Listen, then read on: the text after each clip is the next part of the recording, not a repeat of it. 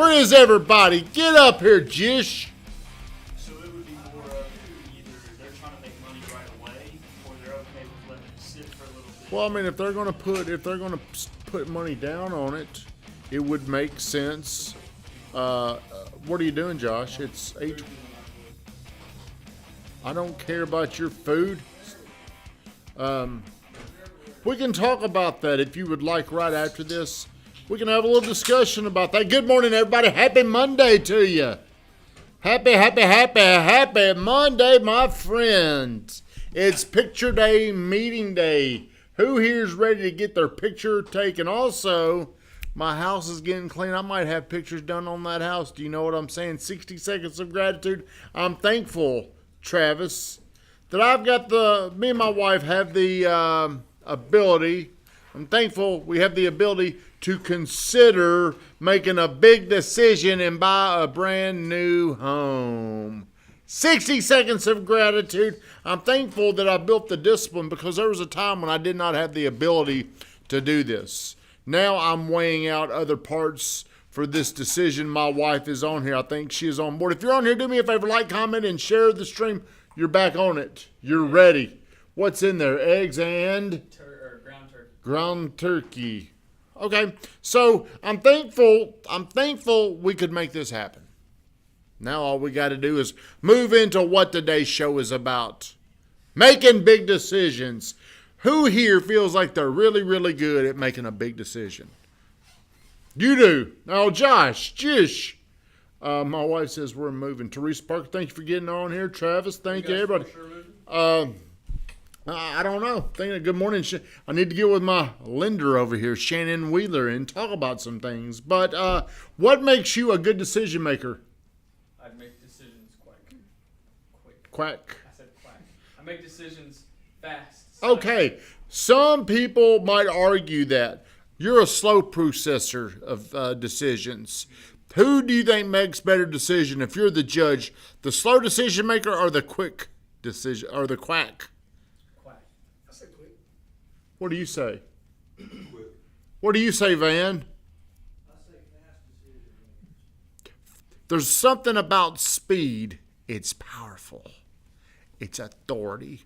It's a presence. And it gives you a lot more motivation to be right. So let's break this down. Why do people struggle making big decisions? They're scared it's the wrong decision. They're scared of a wrong decision. Now, why would they be scared it's a wrong decision, Jish? Money. What else? Time.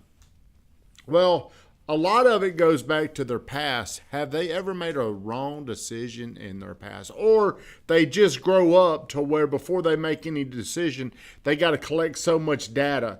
Do you think time helps you make a better decision? Absolutely not. There's one ingredient that helps you make the best decision. Do you know what it is? Tom? I don't know. Nah. You should know this. Do you know what it is? You're on the right track if you're a dog. What? Logic. That's not right either. Damn, Josh, you were doing so good. One thing, there's one overpowering factor of your decision making. Close. Certainty. What's up, Gabriel? We will see you.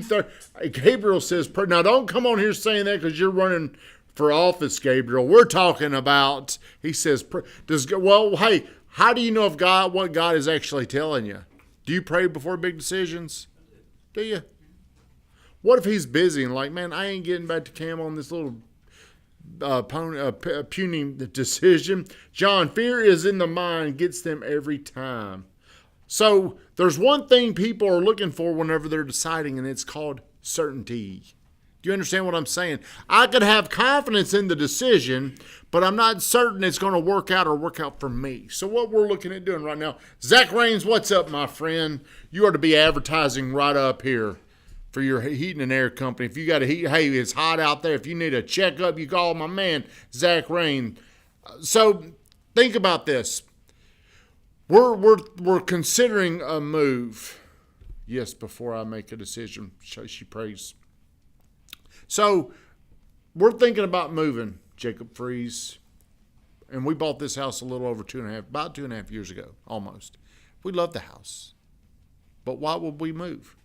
Why would we move right now? See, it's one thing to say you're going to decide in the future, but when it's actually time to decide, everything gets a little funny, especially with money. You ever notice that? So why would we pack up and move in a house we love? The equity. Money? I don't know if that's why. Well, I could make more money, but I got to find out the reason why I want to do this. So I'm looking into it, and I'll be completely transparent with everybody as I'm going through this decision. There's a new neighborhood that's got our attention. Do you know what it is, Jish? What? Riverview Cove. How many of you are familiar with old school Riverview? Are you? You ain't familiar with it. You're from Ohio. Are you familiar? You're from Bradeville Pike. You're from Smyrna. Van is from Podunk, Louisiana. The people that grew up in this town, they understood whenever I was a kid, if you lived in Riverview, you were rich. Going over there in that rich neighborhood, the mayors, the doctors, all the big time people. Rich dinner. They were over there eating, they had somebody cooking their food. They Cigars. were doing all that stuff. Sticks. They were better. Now, Gabriel says it's the place in Murfreesboro. Well, there's some land over there that has been locked up in an estate with a family. You're dealing with that, it sounds like, yourself right now. Mm-hmm. So half of this farm has been purchased. And now it has been developed. John Jones, John Floyd are the developers of this neighborhood. And I wouldn't probably even consider moving, but this one thing came up. I was not looking for it, but now it's popped up. Now I'm thinking about it. Now I'm getting information. Now we are actually looking at floor plans to build. We're getting closer and closer into this information gathering, and before you know it, it is time to decide. So why would I want to go over there? I've got a lot of friends that are going to be over there. The neighborhood I'm in, Andy Holmes is our neighbor. I like Andy. But Ben Blake is right down the road. I don't have a lot of buddies over there. But there's not really much we can do. I got this thing in my mind of how I could make sense of building a new house in this awesome outdoor area. And I could have all y'all come over every once in a while. I could have the good people in the neighborhood come over and hang out. I would love to do that. I would have a different backyard. I would have a different pool house. I would have all these things that are going on in my imagination. I could go and chip and putt, play golf, ride a golf cart over there. I could have so much fun, develop more relationships. Then it's time to think about it. Whenever you start thinking about it, adding time to a decision, you should never add time. You should never feed fear with time. So we got to make this decision. This house, Teresa, the house we're going to build is probably going to be about the same size. See, all these things start going into there. Why do we need to do this? But we're going to have an outdoor area that's probably going to be outrageous. So if the outdoor area is going to be outrageous, what do you think the fear side of me starts thinking? You can say it. Money. Dumbass. What do you think it would be? Money. I was going to say that. You start thinking about it. So now you're thinking about all this money that I got to collect. Then what's the next part I start thinking about?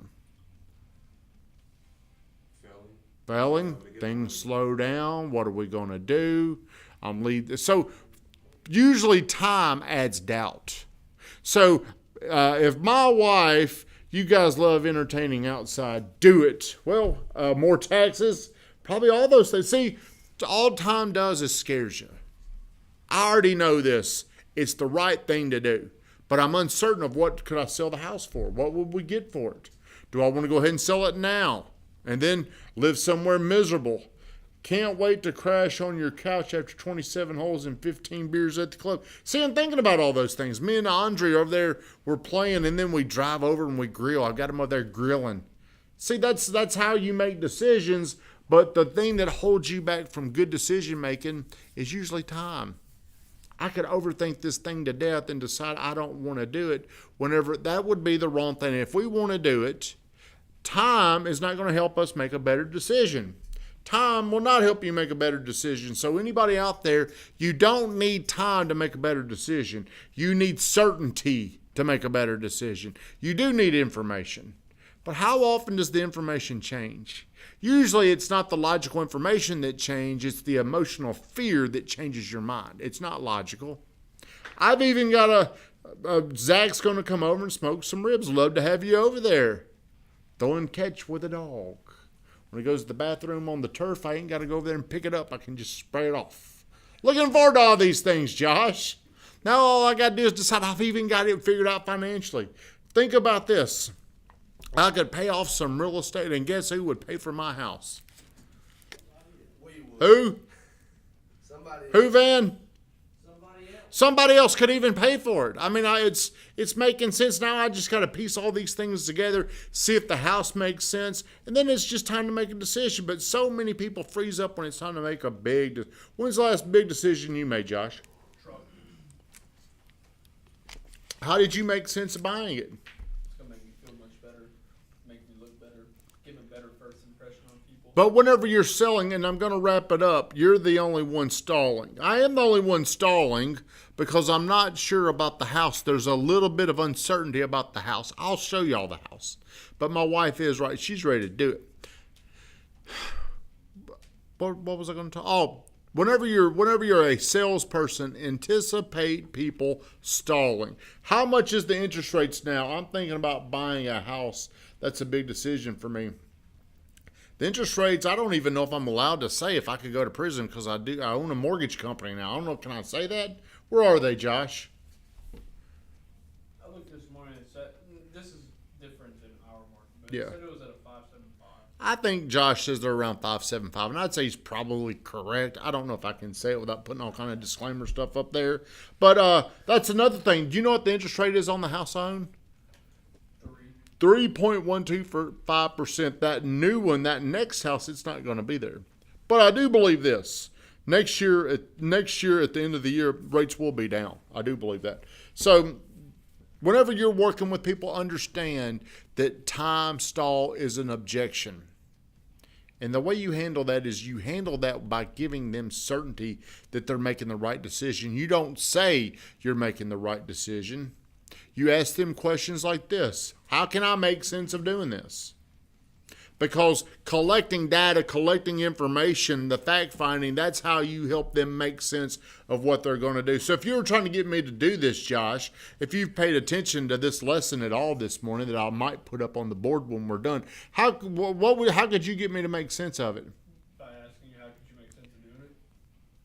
Well, if you had to predict what data did I give you that you should know, what's going to help me make this decision? The family or the relationships, being close to the golf course, everything that you said good about it. What do you think, Van? I was gonna say what Josh said, just the improved quality of life. The outdoor area. Is that going to be powerful enough? Is that enough of my dominant buying motive to do it? That's up to I you. think you can probably, what? Your wife says, let's do it. That's pretty powerful. What else? What else? See if you're going to close me on this idea. Squirting shit off the turf instead of having to pick it up. That's good. But remember, I was telling a story of what I can see and feel. People coming over there. It ain't going to have anything to do with cost. It's going to be me and this emotional connection that I see, that I feel, this vision. You need to bring me back there. Your wife wants it. She's exactly right. She'll be in here in a minute and we can talk more about it. Joy won't be here this morning, Brittany Renee. So we'll look over that plan. Here's another question I'm stalled up on. I'm unsure. This house is 3,800 square feet, 4 bedrooms, and it does not have a bonus room. Will that stop you? How big's the rooms? They're big enough. Would it stop you, Van? You don't even use your. I don't even use my bonus. But see, these are things that create doubt and fear. I'm sitting there and looking last night going to bed. My wife's like, what are you doing? I'm sitting in there and I'm overanalyzing this plan. All I'm doing is feeding all this energy and time to be scared. Van, shut us down. Just do it anyway.